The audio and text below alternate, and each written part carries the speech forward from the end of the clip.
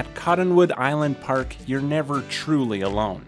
There's always the resident squirrels, and of course, the other woodland creatures.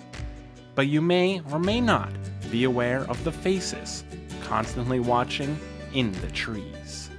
These are the work of local carver Elmer Gunderson, originally done in the early 2000s. Recently, he's been back at it, adding some new artwork to the forest. Putting some more life back into the forest. Back in early 2000s, I had done 8 carvings into Cottonwood Island Park here. So Mother Nature's taken a couple of them downstream, and some of the trees are taking the other ones back. So we're putting some fresh life in here. So hopefully to see 6 more trees with carvings in them before I'm done. Recent years have been hard on the park.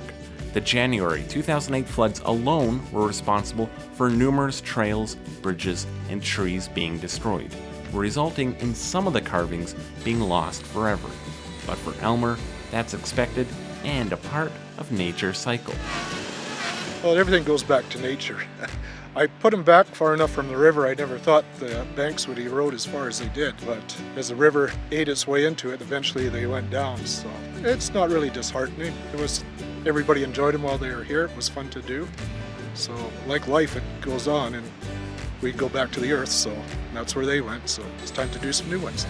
What exactly the carvings end up as can come from anywhere, including the trees themselves. Some of it is brought on by just the people walking by. Others are whimsical characters where the tree and I work together to get the long beard and the flowing hair put into it. Some of it's ideas I've seen before, people I've met.